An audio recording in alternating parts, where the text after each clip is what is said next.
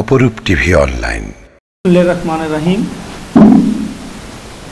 আমাদের দেশনায়ক তারেক রহমান ইতিমধ্যে বাংলাদেশের 17 কোটি মানুষের উদ্দেশ্যে যে 31 দফা দিয়েছিল, এটা বাস্তবায়নের যে লক্ষ্যগুলো সেটি জাতির উদ্দেশ্যে আমি চট্টগ্রাম মহানগর স্বেচ্ছাসেবক দলের পরিবেশ সম্পাদক SM গিয়াসউদ্দিন সম্রাট।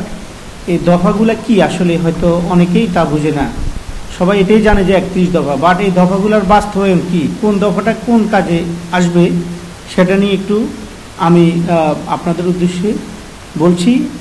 আমাদের যেটা 1 নম্বর দফা সেটা হচ্ছে সংবিধান সংস্কার এবং কমিশন গঠন। সংবিধান সংরক্ষণে এখানে আছে ক্ষমতা কুক্ষিগত করে রাখার অসৎ উদ্দেশ্যে আওয়ামী লীগ সরকার গত 1.5 দশকে সংবিধানের অসংখ্য অগণতান্ত্রিক উদ্দেশ্যমূলক ও অযৌক্তিক সংশোধনী সংযুক্ত করেছে। প্রস্তাবিত সংবিধান সংস্কার কমিশন সেই সব বিতর্কিত সাংবিধানিক সংশোধন ও পরিবর্তনগুলো পর্যালোচনা করে জনমতের প্রতি শ্রদ্ধাশীল থেকে জনগণ ও রাষ্ট্রের জন্য নির্বাচিত আইনসভার পর্যালোচনা ও অনুমোদনের জন্য অত্যাবশ্যকীয় সাংবিধানিক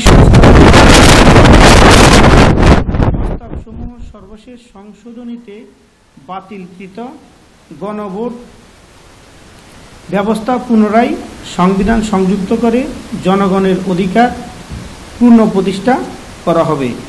এটা হচ্ছে আমাদের সংবিধানের 1 নম্বর দফা। আরেকটি প্রশ্ন আছে এখানে, যে আপনারা চিকিৎসা যেটা বলা হচ্ছে, চিকিৎসা নিয়ে আর শিক্ষাজগত নিয়ে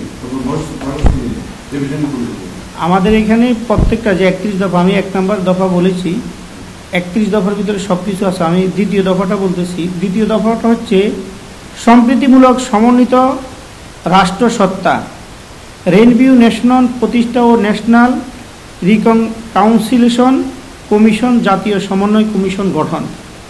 এখানে আছে আপনার হিংসা ও প্রতিশোধের রাজনীতির বিপরীত সকল মত পথের সমন্বয়ে বাংলাদেশ জাতীয়তাবাদের ভিত্তিতে একটি অন্তর্ভুক্তিমূলক বৈষম্যহীন ও সম্প্রীতিমূলক সমন্বিত রাষ্ট্রসত্তা রেইনবো নেশন প্রতিষ্ঠা করা হবে, যা বাস্তবায়নের জন্য নিরবিচ্ছিন্ন আলোচনা ও বোঝাপড়ার ভিত্তিতে ভবিষ্যৎদর্শী নতুন ধারার সামাজিক চুক্তি সোশ্যাল কন্ট্রাক্ট অবশ্যই, এবং সেই লক্ষ্যে একটি ন্যাশনাল রিকাউন্সিল কমিশন, জাতীয় সমন্বয় কমিশন গঠন করা হবে। এটা হচ্ছে যে আমাদের দ্বিতীয় দফা।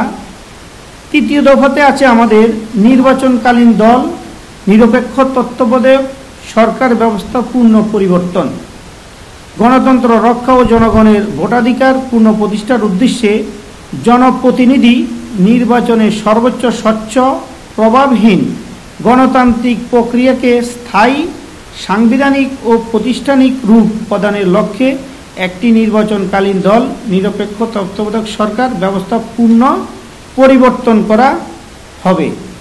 আমাদের 4র্থ দফা হচ্ছে রাষ্ট্রের ক্ষমতার ভারসাম্য প্রতিষ্ঠা। রাষ্ট্রের ক্ষমতার ভারসাম্য ব্যালেন্স নিশ্চিত করার লক্ষ্যে আইনসভা, নির্বাহী বিভাগ ও বিচার বিভাগের ক্ষমতা, দায়িত্ব, কর্তব্যের সমন্বয় করা হবে।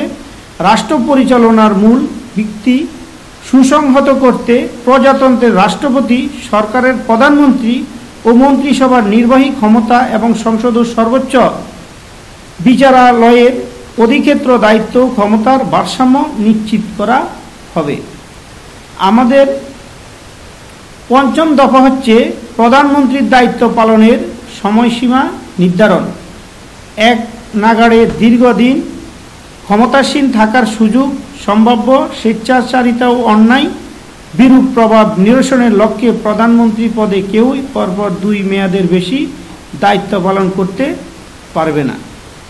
আমাদের 6ষ্ঠ শক্তিশালী করার লক্ষ্যে রাষ্ট্র পরিচালনার বিশেষজ্ঞ জ্ঞান ও অভিজ্ঞতা অন্তর্ভুক্তির লক্ষ্যে প্রতিযথা ও অভিজ্ঞ সমুদ্র শিক্ষাবিদ, রাষ্ট্রবিজ্ঞানী, সমাজবিজ্ঞানী, পেশাজীবী, রাজনীতিবিদ, সামাজিক ও সাংস্কৃতিক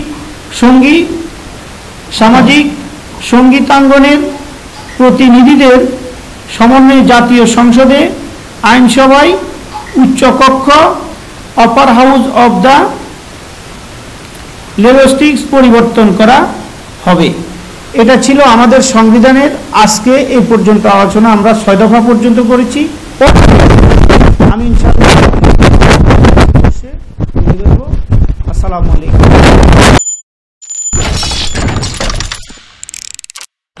অপরূপ টিভি অনলাইন।